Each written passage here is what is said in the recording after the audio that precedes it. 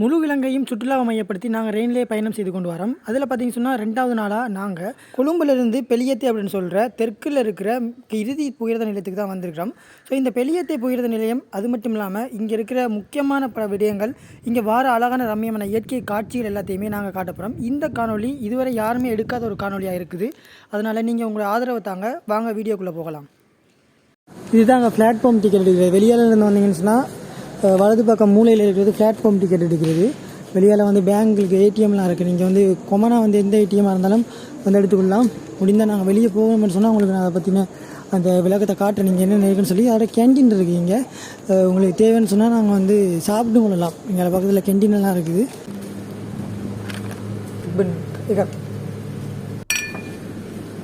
வெளியேறும் வெளியேறினா இப்போதைக்கு வளரல உள்ள டிக்கெட் எடுத்து தான் வரணும். அதனால் உள்ள முதலாவது தெரியும். நம்மளுக்கு டைம் இருக்குது இன்னும் வெளியே போகிறதுக்கு. எங்கே டிக்கெட் எடுக்கிறது? இந்த இருக்குது டிக்கெட் எடுக்கிற இடம். நம்ம டிக்கெட் எடுக்க வேண்டிய இடம் எங்கேன்னு பார்க்கணும். அதில் போய் பார்த்தா தெரியும், பார்ப்போம். என்னென்னு சொன்னால் நாங்கள் போகிறதுக்கு வந்து டிக்கெட் எடுத்துட்டோம். டிக்கெட் இங்கே இருக்குது. டிக்கெட் ரேட் பார்த்திங்கன்னா 340 ரூபா. நாங்கள் போகிற இடம் பார்த்திங்கன்னு சொன்னால் இலங்கையில் இந்த தொங்கல் பகுதி. இதை பார்த்திங்கன்னு சொன்னால் வெளியத்தை அப்படின்னு சொல்லுவாங்க. ஸோ வெளியத்துக்கு வந்து டிக்கெட் எடுக்கணும். பிளாட்ஃபார்ம் எங்கே இருக்குன்னு முதல்ல அது கேட்கணும். இதில் ஒன்றுமே போடல. ஸோ இதால் வந்து திரும்ப நாங்கள் உள்ளே போகலாம். இதுக்கு பக்கத்தில் என்ன சொன்னேன் தானே, இதில் பக்கத்தில் வெளியில் வந்தோன்னு சொன்னால் கேன்டீன் இருக்குது, ஏடிஎம் சென்டர் இருக்குது. ஏடிஎம்லாம் நம்ம எடுக்கிறேன்னு சொன்னால் எல்லா வகையான பேங்குக்கும் இருக்குது. அதில் வந்து நாங்கள் காசு எடுத்து கொண்டு போகலாம். இந்த கொழும்பு ஃபோட்டோ வந்து நான் பகலில் உங்களுக்கு காட்டுறேன். அப்போ தான் உங்களுக்கு தெளிவாக தெரியும். இப்போ நம்ம வந்து உள்ளே போயிட்டு ட்ரெயினில் நிற்கிற அந்த இடத்துக்கு போவோம். 6:10 ட்ரெயின். பிளாட்ஃபார்ம் நம்பர் பார்த்தீங்கன்னு சொன்னால் இப்போ நாங்கள் நிற்கிறது வந்து 3ஆம் நம்பரில் 5ஆம் நம்பருக்கு போகணும். அதோட 6:10 வந்து ட்ரெயின் ஆகும். அங்கே அவளும் கத்தி கொண்டிருக்காள், நானும் கழிச்சு கொண்டிருக்கேன். 6:10 ட்ரெயின் 5ஆம் நம்பர் பிளாட்ஃபார்முக்கு போகணும். சரி, இனிமேல் அங்கே போயிட்டு நான் உங்களுக்கு காணொலியில் காட்டுறேன். 6:10 தாங்க ட்ரெயின். ஆனால் இப்போ தான் பார்த்தீங்கன்னு சொன்னால் 5:20. நிறைய நேரம் இருக்குது. நான் அப்படியே எடிட் பண்ணி எக்ஸ்போர்ட் கொடுத்துட்டேன். அடுத்தது இந்த இடத்துலலாம் உங்களுக்கு நான் பகலில் வந்து இந்த ஃபோட்டோ எப்படி இருக்குதுன்னு சொல்லி நான் உங்களுக்கு தெளிவாக காட்டுறேன். என்னென்ன இருக்குன்னு சொல்லி உங்களுக்கு காட்டுறேன்னு சொன்னால் இப்போ வந்து அந்தளவுக்கு தெளிவு இல்லாமல் இருக்குது. ஸோ அதனால் பகலில் உங்களுக்கு காட்டுறேன். சரியாக 5:30 வந்து ட்ரெயின் வந்துட்டு ட்ரெயின்லேருந்து எல்லோரும் இறங்கிட்டாங்கன்னா நம்ம ஏறுவோம்.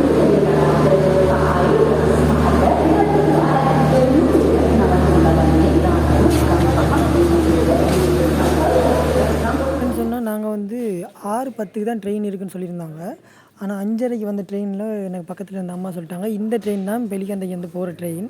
ஸோ இதில் ஏறுங்க அப்படின்னு சொன்னாங்க. பிறகு அதில் பக்கத்தில் இருந்த பொடியங்களும் இதுதான் ட்ரெயின் உள்ளே வாங்க அப்படின்னு சொல்லிட்டாங்க. சரி, நான் தான் ஒரு வேலை ட்ரெயினை மாறிட்டேன். சரி, இதில் போகலாம் தானே, ரூட் ஒன்று தானே அப்படின்னு நான் இதில் ஏறிட்டேன். ஆனால் பார்த்தீங்கன்னா உண்மையாகவே நான் இங்கேருந்து பானந்தூர் அப்படின்னு சொல்கிற இடத்துல இறங்கணுமா, இறங்கி அதுக்கு பிறகு தான் அந்த பெலிகந்தை ட்ரெயின் வரும். அதில் ஏறி போகணும். ஸோ என்னென்னு சொன்னால் ட்ரெயின் வந்து இப்போ நாங்கள் மாறி இதுதான் விஷயம். ஆனால் பரவாயில்லை, நம்ம வந்து இது ஒரு அனுபவம் தான்.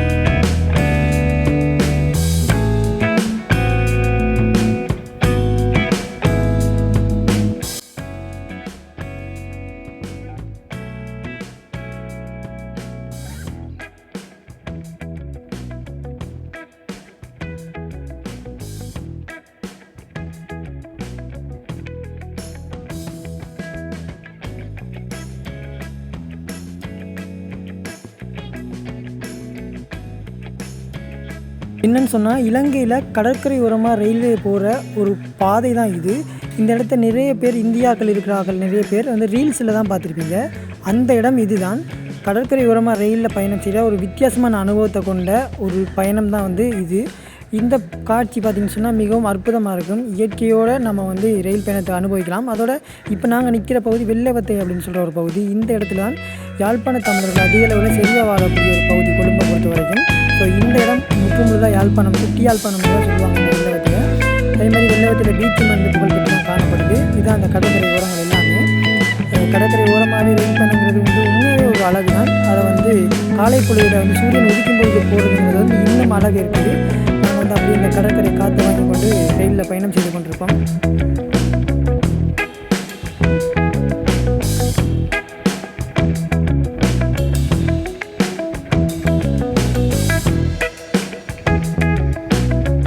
இந்த கீவலையை விட்டு நாங்கள் போய் கொண்டிருக்கோம்.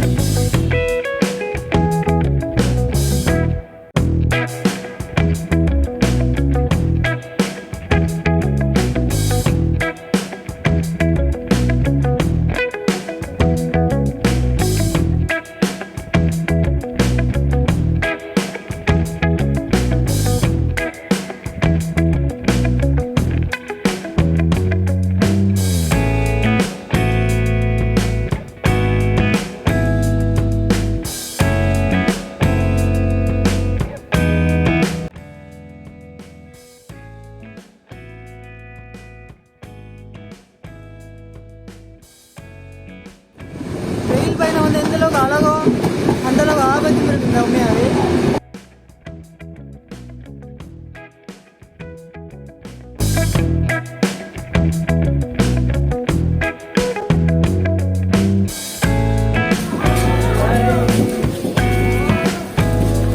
இது நாங்கள் அங்குலான அப்படின்னு சொல்கிற ஒரு இடத்துல நிற்கிறோம்.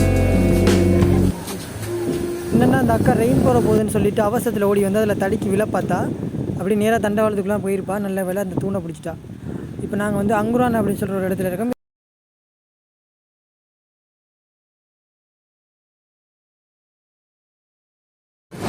இப்போ நாங்கள் லுனாவைக்கு வந்துட்டோம்.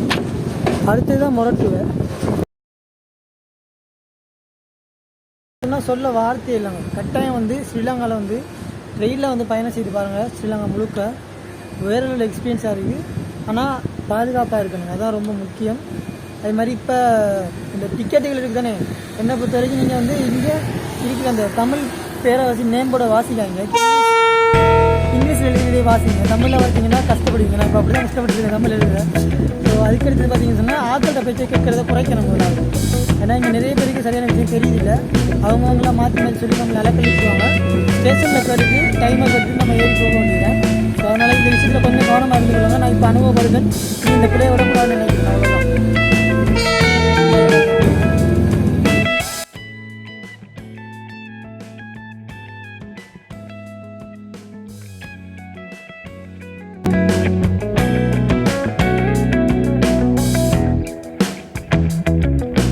இப்போ நாங்கள் மொரட்டோ ஸ்டேஷனுக்கு வந்துடுறோம். இதில் மொரட்டோ வந்து போட்டு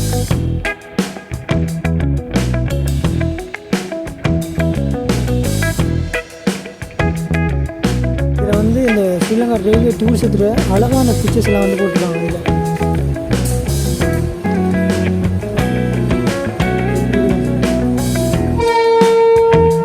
எல்லாம் ஊறிட்டாங்க.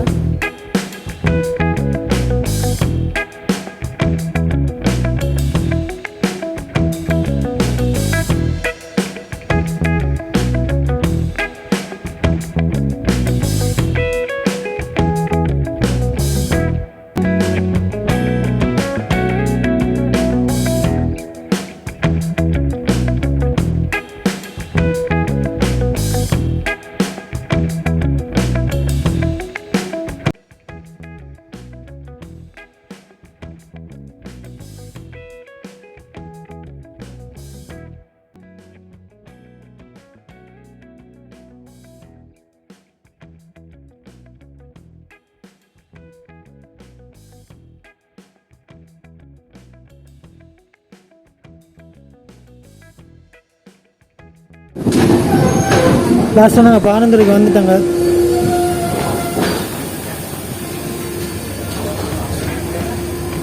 ஸோ இங்கேருந்து நாங்கள் வெளியத்தை போகிறதுக்கு வந்து ட்ரெயினில் ஏறணும். பார்ப்போம் எப்படி இருந்துச்சு. அடுத்தது அந்த ட்ரெயினாக தான் இருக்க போகுது. நாங்கள் வந்த ட்ரெயின் இப்போ பானந்தூரிலேருந்து போகுது. நாங்கள் வெளியத்தை போகிறதுக்கான எக்ஸ்பிரஸ் வருமா, அதில் போகணுமா.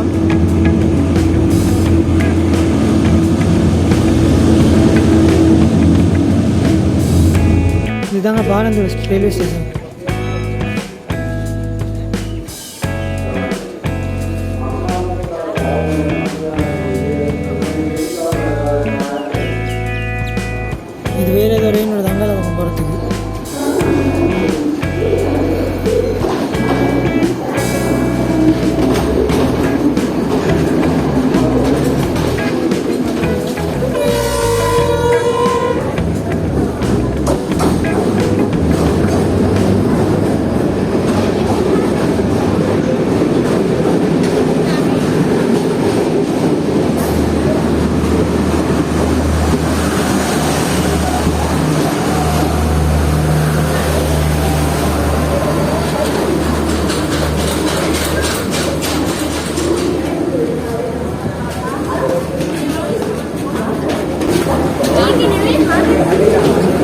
இதில் ஏறுவோம் வேறு வழியில்.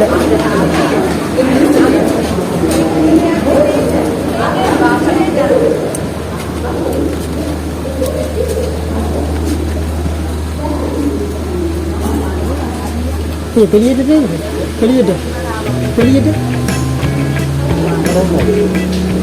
வெளியேட்டு என்னங்க வெளியேட்டு வெளியேற்ற ஹரி வெளியேற்ற. Okay thanks.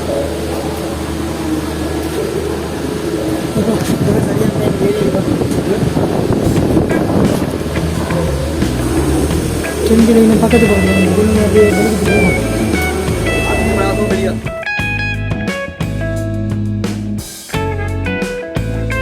ட்ரெயினில் பார்த்தீங்கன்னா வடையெல்லாம் விற்பாங்க.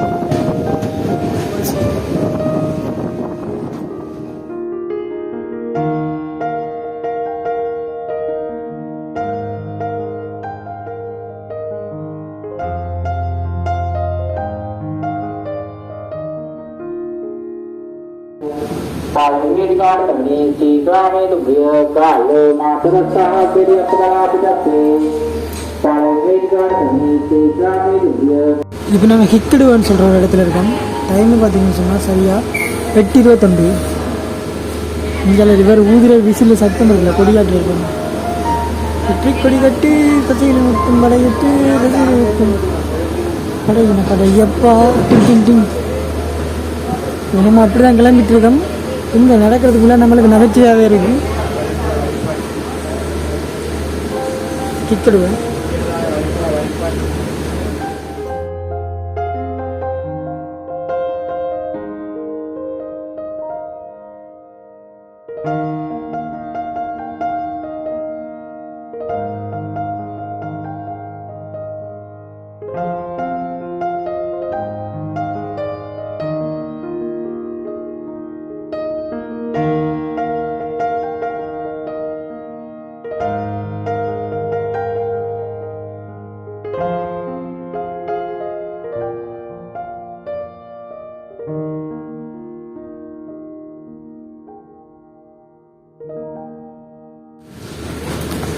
இங்கே இருக்கிற ஆட்கள வீடுகளை பார்த்தீங்கன்னு சொன்னால் அந்த எப்படின்னு சொன்னால் இயற்கையோட ஒன்றிணைந்து வாழ்கிறாங்க பாருங்கள். அதாவது இந்த காட்டு மரங்களும் இருக்கும், அதே மாதிரி இந்த வீட்டுகளுக்கு தேவையான மரங்களும் வச்சுருக்காங்க.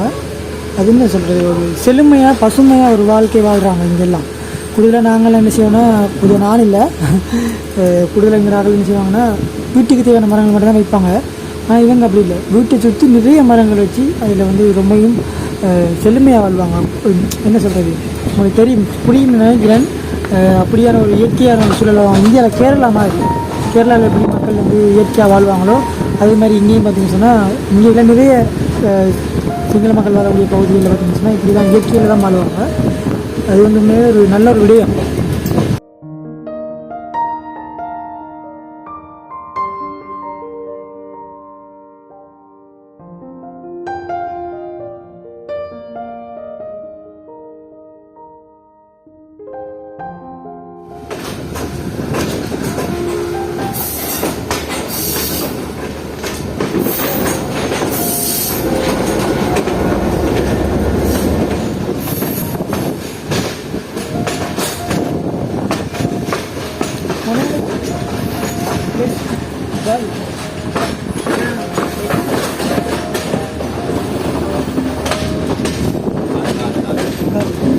கால் அப்படின்னு சொல்கிறாரு, அதாவது தமிழில் காளி அப்படின்னு சொல்லுவாங்க. இந்த காளி என்ற இடத்துல பார்த்தீங்கன்னு சொன்னால் அதிகளவான சுற்றுலா தலங்கள் இருக்குது. இங்கே பார்த்தீங்கன்னு சொன்னால் வெள்ளையர்கள்லேருந்து விரும்பி வர சுற்றுலா தலங்கள் இலங்கையில் இந்த காளி மிருசை அதே மாதிரி பார்த்தீங்கன்னு சொன்னால் ஒரு சில பகுதியில் மாத்திரை போன்ற ஒரு சில பகுதியில் இந்த கீழ்ப்பகுதியில் காணப்படுது. அதில் நாங்கள் இப்போ காலியில் தான் நிற்கிறோம். காலியில் இருக்கிற புகையிரத நிலையம் தான் இது. ஒரு மாதிரியாக காலிக்கிட்ட வந்துட்டோம். இதற்கு அடுத்து தான் வந்து நாங்கள் மிருசையை தாண்டி இருக்கிற ஒரு இடத்துல மேல் நிற்க போகிறோம். மிருசை வந்து நாங்கள் இதில் காட்ட முடியாது, மாத்திரையில் நிற்க போகிறோம். இதற்கு அடுத்து தான்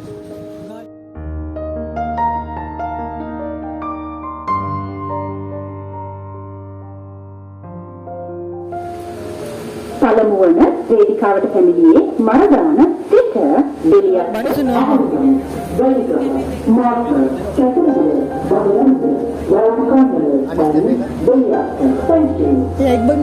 Gerak mai betul kan?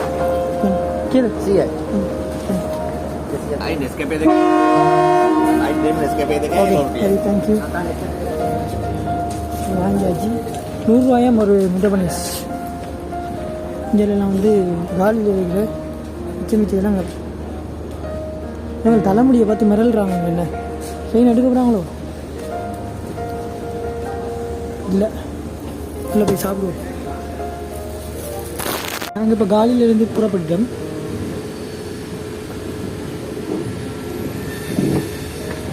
இந்த இயற்கையை நாங்கள் ரசிச்சுட்டு போகும்போது பார்த்தீங்கன்னா அப்படியே மெல்லிய மலை சாரல், அப்படியே அந்த என்ன சொல்கிறது, படிகள் கேட்குற ஊத்தப்பத்துக்கு மேலே ஊற்றுற அந்த மெல்லிய வெங்காயத்தூள் மாதிரி கொஞ்சம் கொஞ்சமாக அப்படியே மழை பெய்ஞ்சிட்டு இருக்குங்க.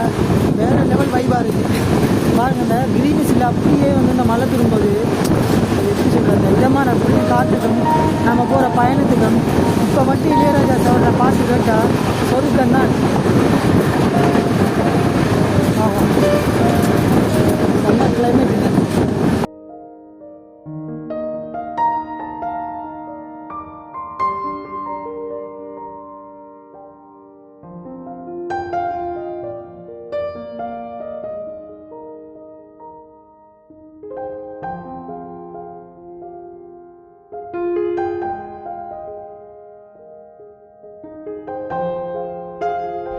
இப்போ நாங்கள் எவ்வளோ ஸ்பீட்டில் போயிட்டுருக்கோம்னு பாருங்கள்.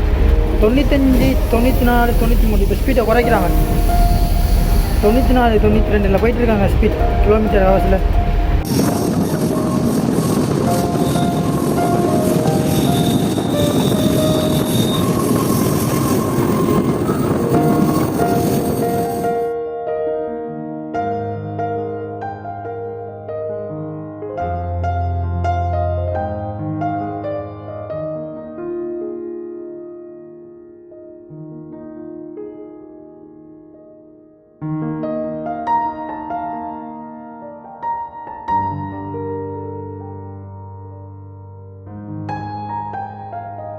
இலங்கையில் கீழ்ப்பகுதியில் தான் இப்போ போய் கொண்டிருக்கிறோம்.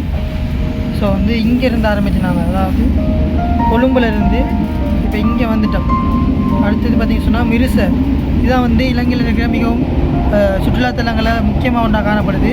தெற்கு பகுதி, இலங்கை தெற்கு பகுதியில் வெளிநாட்டவர்கள் விரும்பி வரக்கூடிய ஒரு பகுதி தான் இந்த மிருசை. ஸோ இதில் வந்து நிறைய டூரிஸ்ட் பிளேஸ் இருக்குது, அதெல்லாம் வந்து பார்க்கலாம். இந்த கோகனட் இதெல்லாம் வந்து சரியான ஃபேமஸ். அப்படியே நம்ம இங்கே வந்தோம்னு சொன்னால் காலி மாத்திரை போய் மாத்திரையிலேருந்து லாஸ்ட் ஸ்டேஷன் தான் வந்து நம்ம இப்போ போகிறது. ஸோ படுத்துக்கிட்ட போகணும். பாருங்கள், இங்கே இருக்கிறோம் நாங்கள். இங்கேருந்து இப்போ இங்கே வந்துட்டோம். கிட்டத்தட்ட பார்த்திங்கன்னா இப்போ 5:30 மணித்தியாலம் போட்ட மாதிரி நினைக்கிறேன், சரியா ஆனால் தெரியலை, பார்ப்போம். ஆரம்பத்தில் திருவண்ணாமலையிலேருந்து கொழும்பு வந்து இப்போ கொழும்புலேருந்து இந்த பகுதிக்கு வந்துட்டோம். நாளைக்கு இங்கேருந்து இந்த இடையில் இருக்கிற ஒரு பகுதிக்கு போகிறோம். அது என்ன பகுதிங்கிறது நாளைக்கு அப்டேட்டில் நான் உங்களுக்கு சொல்கிறேன்.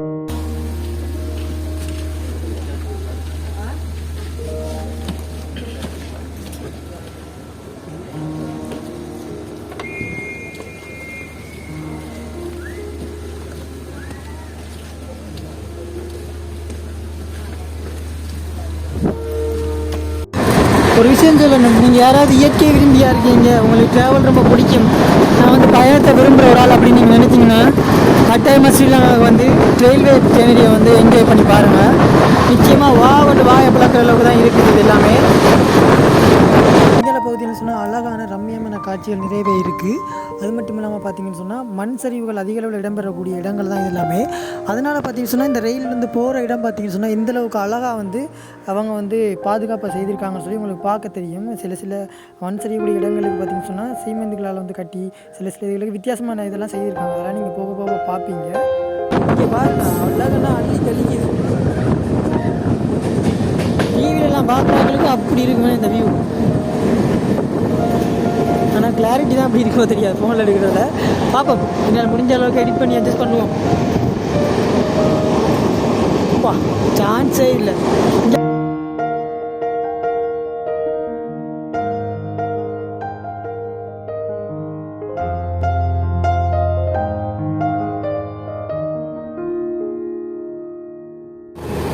அதாவது நாங்கள் போகிற வழியில் பார்த்தீங்கன்னா சின்ன டனல் குகைகள் வந்து குகைக்குள்ள போகிற நேரம் இந்த அனுபவம் தான் அதெல்லாம் வந்து வேறு லெவலில் இருக்குது. நிச்சயமாக இந்த ரயில் ரூட் வந்து ஒரு பெஸ்ட்டு நான் சொல்லுவேன். இது இல்லை, இதோட இன்னும் அழகான எவ்வளோ ரூட்டில் இருக்குது எல்லாத்தையும் நாங்கள் பார்ப்போம்.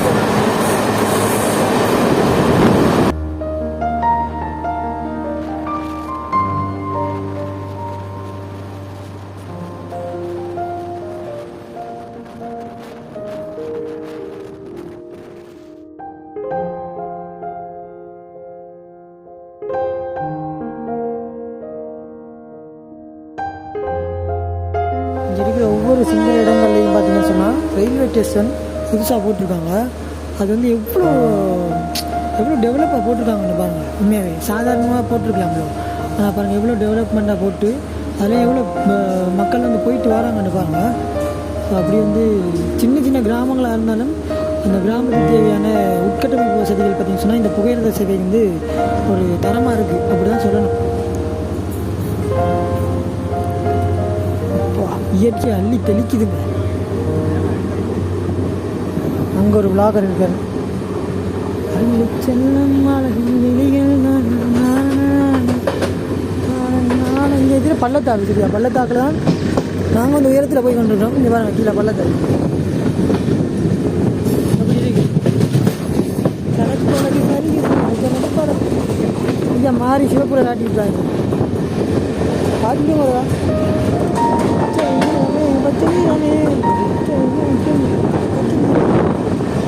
நிறைய பேருக்கு தெரியாது நான் எப்படிலாம் அவங்க இருப்பாங்க. எனக்கே இப்போ தாங்க புதுசாக இருக்கு.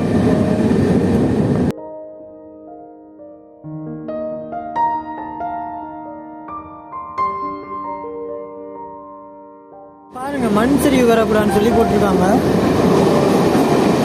பாருங்க எவ்வளோ அழகாக நீட்டாக போட்டிருக்காங்க.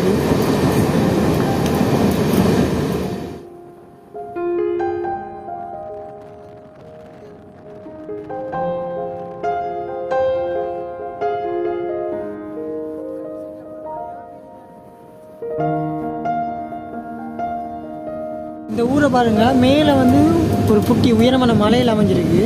ஆனால் பின்பக்கம் மங்கர கதவில் பார்த்தா பெரிய பள்ளம், இங்கே மண் சரிவு ஏற்பட்டுருப்பாங்க. பெரிய ஒரு பள்ளம் இருக்குது. இதெல்லாம் என்ன புகை? இந்தியாவில் பெங்களூர் டு கோவா போகிற ரயில்வே அந்த இடத்துல இருக்கிறது தான் புகை. இந்த மண் சரிவு இருக்கிற இடங்களை சரி செய்யறாங்க.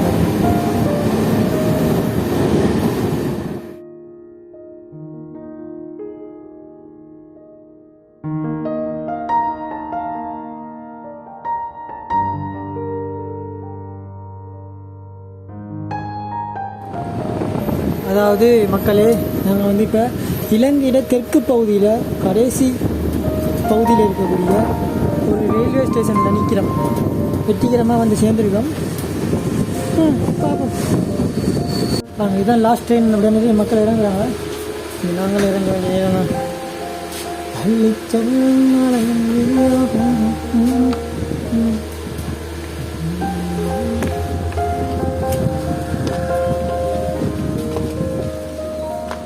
எம்மி கடைசி வந்தாச்சு. இதாங்க இது வந்து இன்ஜின் சரியா இடையில போட்டிருக்காங்க. நிறைய பெட்டி இருக்கிறதால இழுத்து கொண்டு போகிறதுக்கு நினைக்கிறேன். இறங்கினாலே தலை லைட்டாக சுற்றுது. இதாவது நல்ல சாப்பாடு சாப்பிடணும். அதுக்கு பிறகு ஃபோனை சார்ஜ் போடணும். பிறகு எடிட் பண்ணலாம். பிறகு இங்கேருந்து நாங்கள் போகும்போது நித்திரகுளம், இதுதான் பிளான். இந்த இடமும் கூட ரொம்ப அழகாக இருக்குங்க. ஆனால் வந்து நீங்கள் இலங்கையில் மலையக பகுதியில் வந்து அதிக அளவில் வந்து ரயில்வேக்கு வந்து ரயில் பயணத்துக்கு வந்து சாய்ஸ் பண்ணுவீங்க. அது எப்படி இருக்குன்னு கேட்டிங்க சொன்னால் கண்டியிலேருந்து இல்லைன்னா கண்டியிலேருந்து பதுளைக்கு போவீங்க. ஸோ அது வந்து ஒரு குறிப்பிட்ட தூரம் தான். ஆனால் உண்மையாக அழகான காட்சிகள் நிறைய இருக்குது. ஆனால் வந்து இந்த புகையிரத பயணம் பார்த்திங்க சொன்னால் உண்மையாக அழகான காட்சிகள் நிறையவே இருக்குது. அதோட இயற்கையான இடத்துல வந்து மக்கள் வாழக்கூடிய பகுதியை நிறையவே பார்க்கலாம். அங்கே இயற்கையை பார்க்கலாம், அங்கே இயற்கையோட மக்கள் ஒன்றிருந்து வாழக்கூடிய பகுதியில் பார்க்கலாம். இங்கே பார்த்தீங்கன்னா அண்டர் கிரவுண்ட் தான் போகணும் போகிறது. ஸோ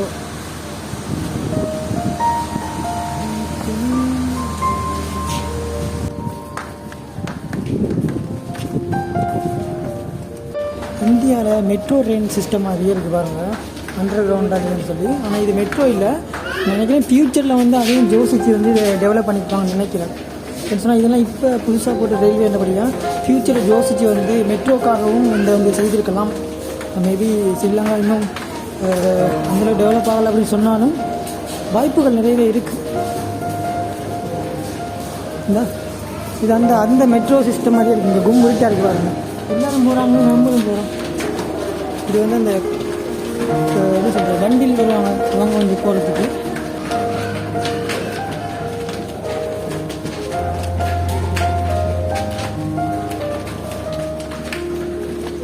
என்னென்னு பார்த்தீங்கன்னு சொன்னால் நாங்கள் அங்கே பக்கம் தான் இறங்கினாங்க. இங்கே பக்கம் மாறுறதுக்கு தான் இந்த அண்டர் கிரவுண்ட் போட்டிருக்காங்க. ஓ கஷ்டப்பட்டு ஏறி வந்தாங்க. கேண்டிங்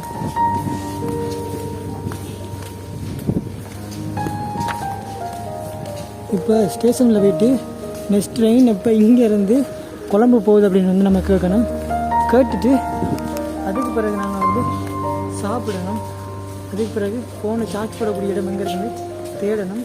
ஐயா தம்பி புதுசாக இருக்கும் பார்க்கலாம். வாஷ்ரூம் இருக்குங்க. இதில் டிக்கெட்டை கொடுத்துட்டு வெளியே போகிறாங்க எல்லாருமே.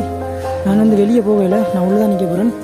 ரயில்வே ஸ்டேஷன் மாஸ்டரை கேட்போம் அடுத்த ட்ரெயின் எப்போன்னு சொல்லி கேட்டுட்டு நாங்கள் வந்து வெளியே போகலாம். ஸோ நாங்கள் வந்து கேட்டுட்டோம். என்னென்னு பார்த்தீங்கன்னு சொன்னால் இங்கேருந்து நாங்கள் கொழும்பு போகிறதுக்கு 2 ரூட் இருக்குது. ஒன்று பார்த்தீங்கன்னு சொன்னால் இங்கேருந்து 12:30 மாத்தறைக்கு போயிட்டு மாத்தறையிலேருந்து கொழும்பு பிடிச்சி ட்ரெயின் போகணும். அதுக்கடுத்தது பார்த்தீங்கன்னா ஸ்ட்ரெயிட் ட்ரெயின் இருக்குது. அது வந்து 3:30. அதாவது நாங்கள் வந்த ட்ரெயின் அந்த ட்ரெயினில் தான் வந்தீங்கன்னா நான் இப்போ போகலாம்னு இருக்கேன்னு சொன்னால் இங்கே கொஞ்சம் நின்றுட்டு எடிட் பண்ணிவிட்டு வீடியோலாம் அப்லோட் பண்ண முடிஞ்சு அப்லோட் பண்ணிவிட்டு சாப்பிட்டுட்டு ஃபோனை சார்ஜ் போட்டுட்டு போகணும். நிறைய பிளான் இருக்கிறதால நான் இந்த இடத்த சாய்ஸ் பண்ணிட்டேன். ஸோ பார்ப்போம் இங்கே என்னெல்லாம் செய்யலாம்னு சொல்லி இதுக்கப்புறம் பார்ப்போம். நாங்களும் வெளியே போய்ட்டு வருவோம். 3:30 மட்டும் என்ன செய்யுது, என்ன எல்லோரும் என்ன தான் பார்க்குறாங்க, பழகி போச்சு.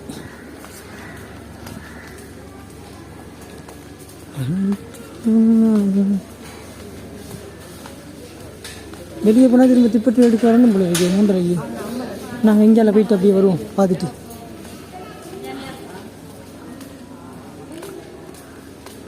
ஃபயர் ஹவுஸ் ஆனால் செம்ம டெவலப்புங்க. இந்த ஏரியாவில் வந்து இப்படி ட்ரெயில் இருக்குதுன்னு சொல்லி உண்மையாகவே யாருமே எதிர்பார்த்துருக்க மாட்டாங்க. உண்மையாக நான் கூட எதிர்பார்க்கலங்க. இது அப்படி எப்படின்னு சொல்கிறேன், சாதாரணமாக சொல்ல முடியாது, அந்தளவு டெவலப். இது அதை நான் நினைக்கிறேன் ஃப்யூச்சரில் மெட்ரோ ஒரு கணக்கில் கொண்டு தான் இதெல்லாம் டெவலப் பண்ணியிருப்பாங்க அப்படின்னு நான் நினைக்கிறேன். உண்மையாகவே தெரியலைங்க. ஆனால் வேறு லெவலில் இருக்குது இதெல்லாம். அங்கே விளாக்கர்ஸ் இருக்காங்க, கொடுத்து நாங்கள் வந்து ஃபோட்டோ எடுத்துகிட்டு வருவோம். முதலாவது இதுதான் வந்து இலங்கை தெற்கு பகுதியில் இருக்கிற கடைசி புகையிரதம். இந்த இதுக்கு அங்கெல்லாம் எங்கேயுமே போக முடியாது. ஃப்யூச்சரில் வந்து டெவலப் பண்ணுவாங்கன்னு நினைக்கிறேன், பார்ப்போம்.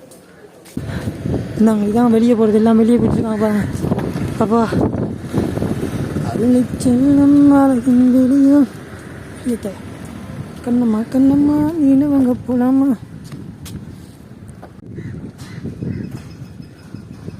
பயணங்களின் நினைவுகள் எப்பொழுதுமே பகிரப்பட வேண்டியது. அவை அந்த நாளில் எங்களுக்கு எப்படியாவது கூகுள் ரிமைண்டர் பண்ணி கடுப்பேற்றும். அதனால் இந்த வீடியோவை நான் கூகுள் ஃபோட்டோவில் அப்லோட் செய்ய போகிறேன். அதாவது இந்த இறுதி புகையிரத நிலையத்தில் இருக்கிற கேன்டீனில் என்னென்ன இருக்குது அப்படிங்கிறத நாங்கள் பார்க்க போகிறோம். ஸோ இதான் வந்து கேன்டீனுக்குள்ளே வந்துட்டோம் பாருங்கள். சாப்பாடுகள்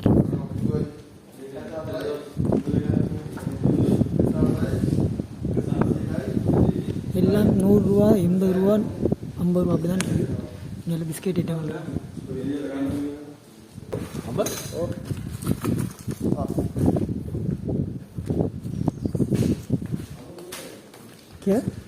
Desi. பெருசாக ஒன்றும் வாங்கலைங்க, ஒரு ரோல்ஸ் தான் வாங்கினேன். என்கிட்ட சாப்பாடு உள்ளே இருக்குது, அதை நான் உங்களுக்கு காட்டு நின்று சத்தான சாப்பாடுன்னு சொல்லுவேன். அதில் மெயினாக ட்ராவலுக்கு அதை தான் கொண்டு போகிறேன் நான். அதுவும் லாங் ட்ரிப் அதுகளுக்கு. சரி, ஓகே. ப்ரோட்டீன் ஷேக்கர். இது வந்து ப்ரோட்டீன் இல்லை, இது வந்து எல்லாமே இருக்குது. உளுத்தமா தூரமா எல்லாமே இருக்குது. ஸோ இதை போட்டு ஷேக் பண்ணணும். இப்போ இதில் வந்து உளுத்தமா இருக்குது, உளுத்தமா எல்லாமாவும் இருக்குது. கொஞ்சம் சீனியை சேர்த்துட்டு அது பிறகு இந்த ஷேக்கரை வச்சு மூடிட்டு நல்லா ஷேக் பண்ணணும்.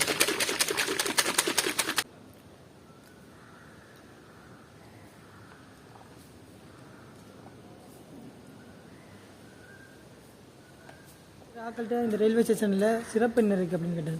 அதாவது இந்த இடத்துல இருக்கிற சிறப்பு என்ன இருக்குது, இதை சுற்றி இருக்க சூழல்லேருந்து ஒன்றுமே இல்லை தம்பி. இந்த ரயில்வே ஸ்டேஷன் தான் இந்த இலங்கையில் தெற்கு பகுதியில் கடைசி அப்படின்னா வேறு அவ்வளோதான். என்ன சொல்கிறீங்க? அவ்வளோதான் தம்பி இருக்குன்னாங்க. அப்போ இந்த ரயில்வே ஸ்டேஷனை பார்த்துட்டு நீங்கள் என்ன சொல்லுவீங்க? அவ்வளோ செமையாக, அவ்வளோ சூப்பராக, சும்மா என்ன சொல்கிறது, அவ்வளோ நீட்டாக இருக்குங்க, க்ளீனாக இருக்குது. இதில் எந்த இடத்துலையுமே குப்பையை பார்க்கல. நான் வந்ததுக்கு உண்மையாக என்ன சொல்கிறது, நான் எதிர்பார்க்கவே இல்லை. இந்த ஒரு இவ்வளோ தூரத்தில் வந்து இப்படி ஒரு ரயில்வே இருக்குமா அப்படின்னு நான் எதிர்பார்க்கல. ஸோ இதோட இந்த காணொலியை வந்து நான் நிறைவு செய்யலாம்னு இருக்கேன். இந்த காணொலியை பற்றின உங்களோட கருத்துக்களை வந்து கீழே கொமெண்டில் தெரிவித்துக் கொள்ளுங்கள். ஸோ வந்து நம்ம ரொம்ப தூரம் கஷ்டப்பட்டுருக்கோம், ரொம்ப எஃபெக்ட் எடுக்கிறோம். அதனால் வீடியோ பார்க்குறாக்கள் மறக்காமல் சப்ஸ்கிரைப் பண்ணிடுங்க. சேனலில் நிறைய பேர் சப்ஸ்கிரைப் பண்ணாமல் பார்த்துட்டு இருக்கீங்க. அதே மாதிரி உங்களோட கருத்துக்களை கீழே வந்து கமெண்ட் பண்ணிவிட்டு லைக் போடுங்க. லைக் போட்டால் வீடியோ ப்ரொமோட் ஆகும் நிறைய பேருக்கு. ஸோ லைக் போட்டுட்டு வீடியோவை பாருங்கள். நாங்கள் இந்த அடுத்த காணொலியில் பார்ப்போம். நன்றி, வணக்கம். இந்த வீடியோ உங்களுக்கு பிடிச்சிருந்தா லைக் பண்ணுங்க, கமெண்ட் பண்ணுங்க, ஷேர் பண்ணுங்க, சப்ஸ்கிரைப் பண்ணுங்க. மறக்காம கீழே இருக்கிற அந்த பெல் பட்டனை பிரஸ் பண்ணுங்க. ஓகே.